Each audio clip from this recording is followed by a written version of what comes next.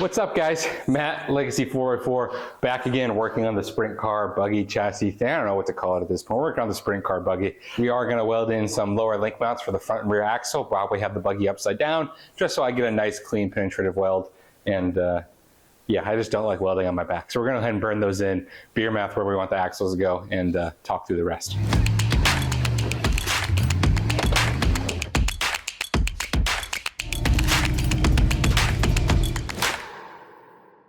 Okay, so I'm like bending into frame and the chassis is upside down, but here's what we're looking at. This is the back of the chassis. Seat's gonna go right here, obviously in the cockpit area, and this is the 1/4" skid plate we welded on the last video. So, with that being said, I know I want my axle to overhang as far as possible off the rear, and I want the transfer case to sit right below the seat. So, transfer case will sit right at the edge of the skid plate. That tripler boat transmission setup is gonna sit right in front of it, and then the seat's gonna be on top of that.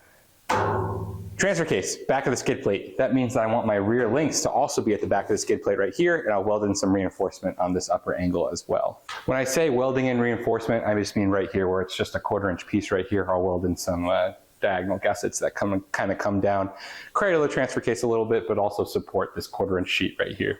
With that being said, I know where I want my rear link mounts to be. They're going to be right off the back, and we're going to work with the axle with what we have there. It's going to be a 4-link setup on front and rear, so that's what we're going to go with. Now the front is a little more particular, but the front of a sprint car is pretty long, like 110 inches or something from the very front to the rear. So working forward from what the transfer case, the tripler setup, and then the manual transmission with the Suzuki engine, the skid plate goes right to where the front engine plus radiator is going to be. So that's right about here, we're going to lop the front of this off. With that being said, my link mounts are not going to be all the way at the front, because if my link mounts are already at the front, I would have an axle. My links are 4 feet right now. Those are the ones I want to reuse. Thus, my axle would be like 4 foot in front of the chassis and 4 foot in the rear, which is like a 180-inch wheelbase. Crazy. Not even worth it. Anyways, front axle is going to go right below where the engine is, if not right below where the radiator is. So kind of like stockish location, which is pretty cool. With that being said, we're also going to run a double triangulate 4-link. Now, working that backwards, we have the center of the axle sitting right where the skid plate ends. We have the 2 lower links, which are going to be at the ends of the axles, obviously upside down, shooting about a 40-degree angle to the center. With that being said, I beer math my lower mounts to be about halfway through my skid plate. Other variables like front drive shaft and like everything else is going to come into play later. But for right now, while we have the chassis upside down, I want to weld in those link mounts and weld in the support gussets nice and strong. So that's what we're going to do. And for my last video, you saw that I'm not going to use that other buggy chassis I got for $200. So we're going to go ahead and rip the link mounts off that chassis and use them on this rig. So, you know, we're like the Indians over here. We're the gift that keeps on giving. We're going to use every part of it. So that chassis, we're going to use those link mounts. Let's go tear those off.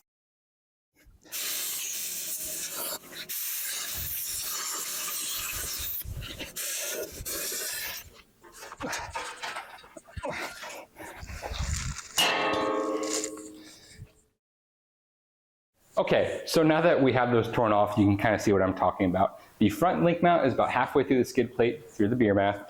The rear link mount is at the very end of the skid plate. So now all we have to do is clean these off. That was close. Now all we have to do is clean these off, since these sat outside for years and are dirty. And the proper way to do this is really to put these in a sandblasting cabinet or dip them in acid, you know, hydrolysis, whatever the fancy words are. We're not going to do that. We're just going to grind the bottom to get a nice clean weld, and then we're going to spray rust converter all over them and paint them, and we're going to call it a day. So that's what we're going to do. It's going to work till it doesn't work, so we're just going to go for it. In any case, let's get to grinding those down and cleaning them up. I'm going to knock out one of them, and then I'll come back and I'll walk you guys through the second one, because it's the same thing twice. So I'm going to go do that, and I'll see you guys in a little bit.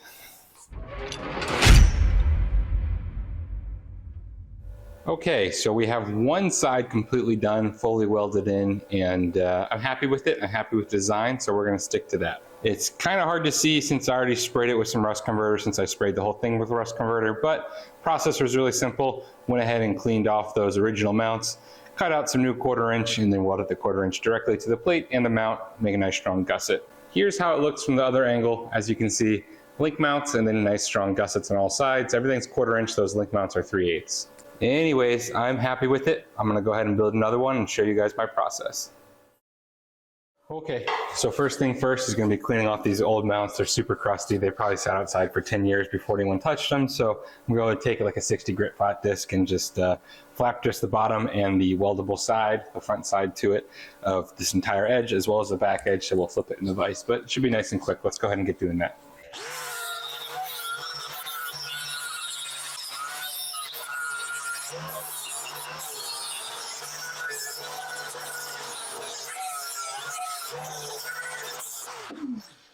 Okay, let me give you guys a close-up. I think we're good enough. Obviously, using old mounts, should probably take this off and probably screening.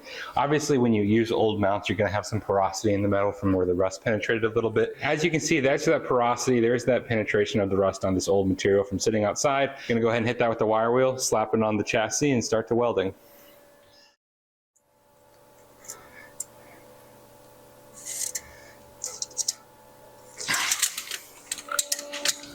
We are going to want some kind of straight edge, obviously, so I'm going to go ahead and mark a straight edge on both sides.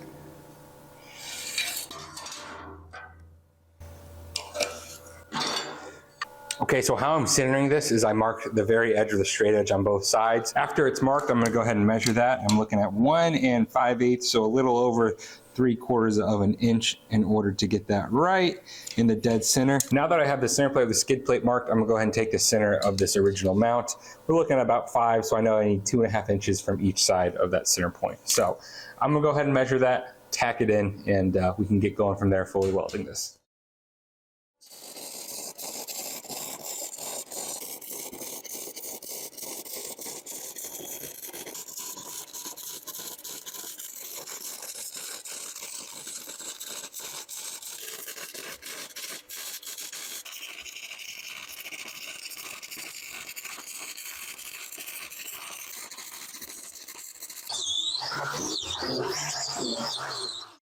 So here we are, nice and burned in.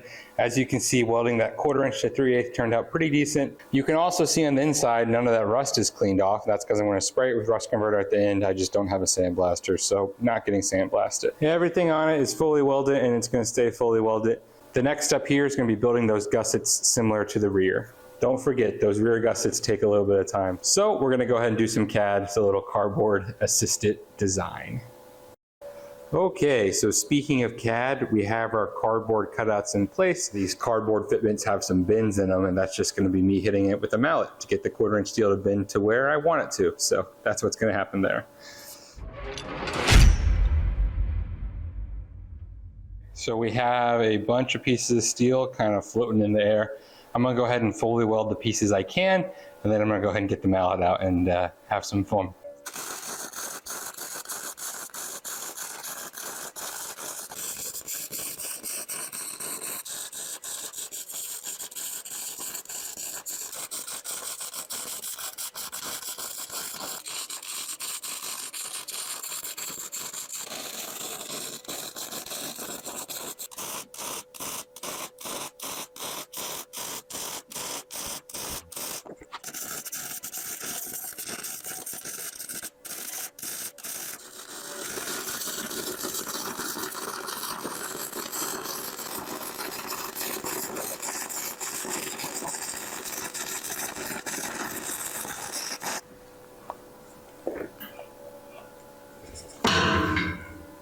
That was a bad time to run out of gas. There's going to be some porosity towards the end of that, but what are you going to do about it? Time to switch bottles.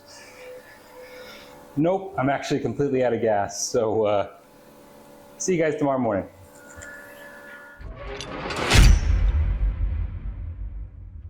Okay, new day, new bottle of gas, 2 bottles of gases, same clothes. Don't judge me, judge yourself.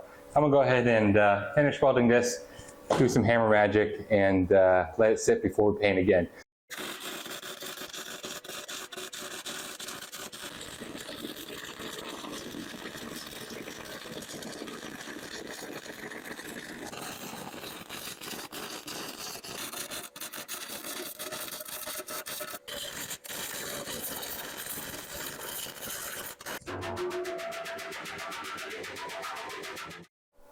Okay, don't mind some of those welds, but as you can see, it's bent into submission. Now for a couple of root passes and some caps.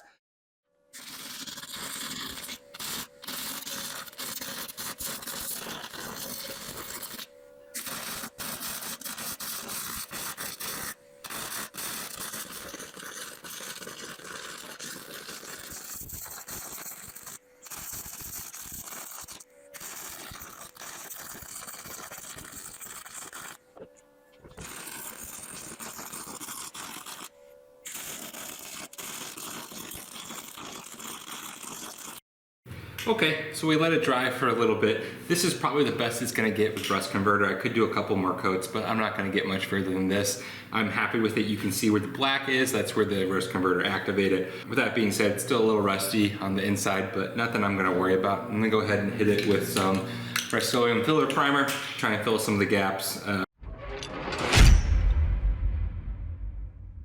Okay, so we got the bottom done. Everything's been primed, painted, rust converted, the whole 9 yards. Here's how it looks. There's about a 3-foot separation gap between both those lower link mounts, and I'm pretty happy with it. As you can see, those welds turned out looking pretty fine to me underneath all that paint. There is a couple layers and a couple sections where the welds are stacked on top of each other, but all good. I think the welds will look perfectly fine, and that's a whole heck of a lot better than I could have done if I was welding upside down on my back.